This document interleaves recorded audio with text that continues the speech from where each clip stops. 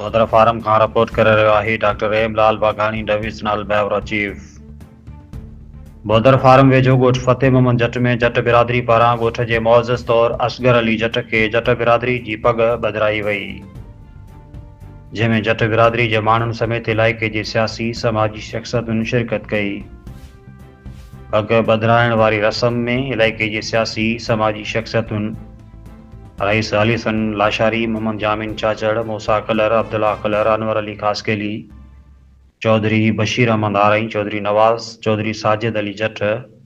Chaudhary server Ali जट, चौधरी अब्दुल मजीद, मोहम्मद अशरफ जट, चौधरी इमरान अली ऐं चौधरी तला जट मौजूद हुआ। जट बिरादरी पारां एतमाद ज़ाहिर कंदे चयो वियो त असां पूरो उमेद आहियूं त असांजा मुअज़्ज़ज़ ऐं मोतबर शख़्सियत